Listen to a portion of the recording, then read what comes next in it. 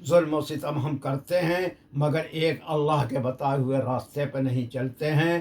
تو میرے بھائیوں، گائیڈ لائن کے مطابق زندگی گزاریے۔ یہ آپس کے من مٹاؤ، یہ ایک دوسرے پہ برتری، اس سے نہیں جنت دوزخ ملیں گی، بالکل بیکار ہے، بد دماغی ہے۔ آپ کریے وہ کام جس کو حضور صلی اللہ علیہ وسلم نے منع کیا ہے، اور یہ سمجھ کے کریے کہ میں نبی کو خوش کر رہا ہوں، تو میں پاگل ہوں۔ اس کے مطلب کہ جس چیز سے وہ نفرت کرتے تھے، جس کام کو وہ منع کرتے تھے، ہم اس کو کر کے انہیں خوش کر رہے ہیں یا ان کو جلا رہے ہیں۔ تو میرے بھائی، اللہ بہت غصے میں ہے اس وقت۔ ابھی کل رات بھی 1:57 پر بھوکم آیا ہے۔ یہ بھوکم بھی بتا دیں کیوں آیا ہے۔ یہ بھوکم اول تو جڑ وہی ہے، قرآن کو چھوڑ دینا۔ اب اس وقت خوب طبیعت سے عزت دار مفتی اعظموں، اولیاء اللہ، صحابہ، نبیوں کی شان میں گستاخی کر رہے ہیں ملعون۔ سمجھ لیجئے اللہ کی طاقت، اگر وہ ہوا تیز چلا دے تو مکان اور ٹرین کے ڈبے ہوا میں اڑ جاتے ہیں، اور ہوا کو روک دے تو سانسیں رک جاتی ہیں، دم گھٹ کے مر جاتا ہے آدمی۔ اللہ سے آپ مقابلہ کریں گے؟ دو میں سے ایک بات ہے، یا تو آپ ایمان نہیں رکھتے ہیں تو اپنی منمانی کر رہے ہیں، ایمان رکھ کے بھائی کوئی منمانی نہیں کرے گا۔ حقیقت یہ ہے، حق یہی ہے۔ اپنے ایمان کا محافظہ کریے۔ وآخر دعوانا ان الحمد للہ رب العالمین۔ اب یہ آج وہ الف لام میم کا پارہ مکمل کل ہو گیا۔ اب یہ آج سیقول کا پارہ شروع ہو رہا ہے، سورہ بقرہ۔ اس میں اس کی آیت جو تلاوت کریں گے اس کا ترجمہ تفسیر آپ کو بیان ہوگی۔ بسم اللہ الرحمن الرحیم۔ سيقول السفهاء من الناس ما واللهم عن قبلتهم التي كانوا عليها۔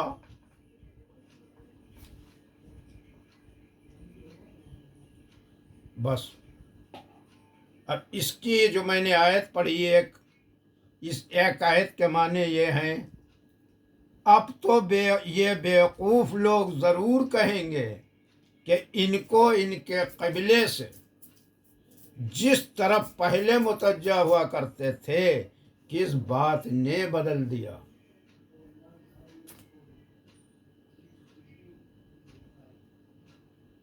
تحویل کعبہ پر یہود کا اعتراض۔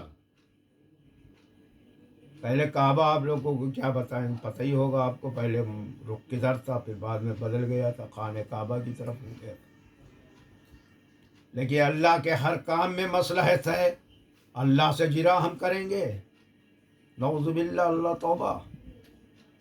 حضرت محمد صلی اللہ علیہ وسلم نے جب تک مکہ مکرمہ میں رہے تو خانہ کعبہ کی طرف منہ کر کے نماز پڑھتے رہے۔ جب ہجرت فرما کر مدینہ منورہ تشریف لائے تو باحکم خداوندی بیت المقدس کی طرف منہ کر کے نماز پڑھنے لگے۔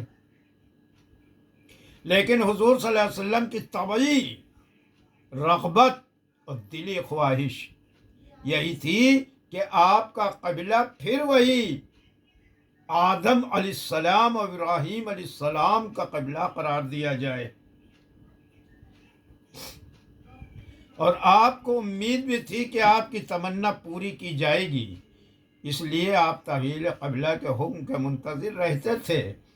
بہرحال 16 یا 17 ماہ تک آپ مدینہ منورہ میں بیت المقدس کی طرف منہ کر کے نماز پڑھتے رہے، جس کے بعد خانہ کعبہ کی طرف منہ کر کے نماز پڑھنے کا حکم آ گیا۔ تو یہود و مشرکین و منافقین طرح طرح کے اعتراض اور طعن کرنے لگے۔ یہود کہنے لگے کہ پہلے تو بیت المقدس کی طرف منہ کر کے نماز پڑھا کرتے تھے جو ہمارے انبیاء کا قبلہ تھا، اب اس کو کیوں چھوڑ دیا؟ یہود کی عداوت کی وجہ سے ایسا کیا گیا ہے۔ بعض کہنے لگے کہ اللہ اپنے احکام کو کیوں منسوخ کرتا ہے؟ کیا اس کو پہلے سے مصلحت کا علم نہیں؟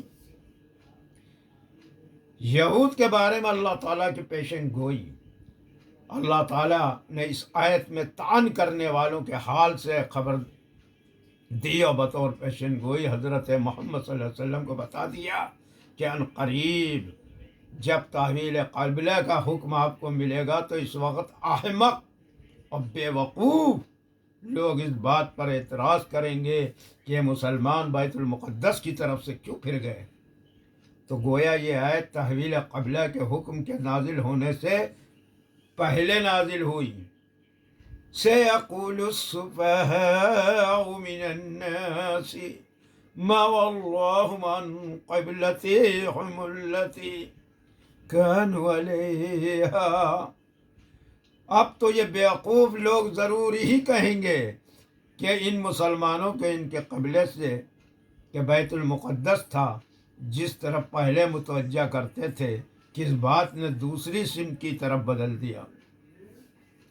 دعا کیجئے یا اللہ ہمیں صحیح سمجھ اور صحیح عمل کی توفیق عطا فرما، اور یہود و نصارہ جن علمی اور عملی بے راہ رویوں کی وجہ سے مردود ہوئے ہمیں ان سے محفوظ رکھ، آمین۔ وآخر دعوانا ان الحمد للہ رب العالمین، لا الہ الا اللہ محمد رسول اللہ۔